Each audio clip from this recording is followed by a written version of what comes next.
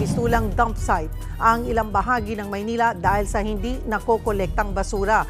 Pati sa Manila Mayor-elect Isko Moreno, hindi pa man nauupo sa pwesto, tinututukan na ito. Para bigyan ng mukha ang balita, Mobile Journal, Arles de los Santos. Kasabay ng pagputok ng araw, ang pagsambulat ng basurang nag-uumapaw. Ano ba yan? Ayan, ang napakabahong problema ngayon ng mga residente ng Maynila ilang linggo na. Si Geraldine, kamalas-malasang katabi na halos ng lababo ang mga naipong basura sa kanilang eskinita. Ang kanyang kinatatakot. Sakit. Siyempre, kasi yung alingasaw niya, yung baho. Nung isang araw, sakit sa tiyan. Pag inaamoy mo, kaya ginagawa namin, nililinisan na lang namin yung gilid. Ang nakakainis pa, hindi nakabukod ang mga nabubulok sa di nabubulok.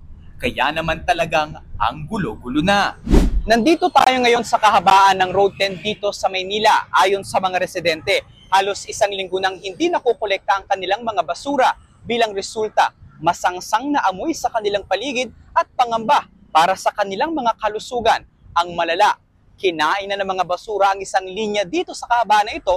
Ang resulta, mabagal na daloy ng trapiko.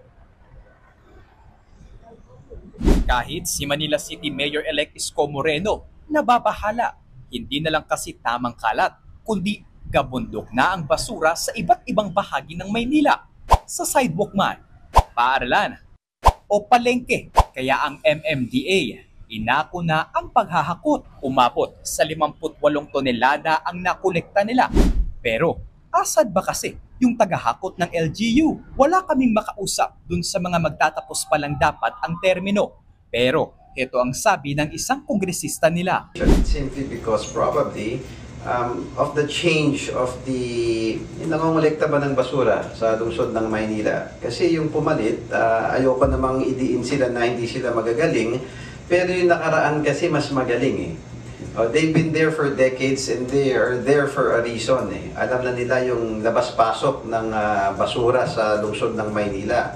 Kaya ang panawagan ng mga residente, sana madakot na to kasi hindi na siya kaayos-ayos, hindi na siya maganda sa kalusugan kasi ang sakit na ng mga ilong ng mga tao rito, saka ang dami ng mga uod. ilang dekada ng problema ng Maynila ang tila hindi maubos-ubos nitong mga basura. Madaling sabihin na nasa tao ang problema. Pero paano kung ang mali ay nasa sistema ng pagbabasura? Mobile Journal, Arles de los Santos po.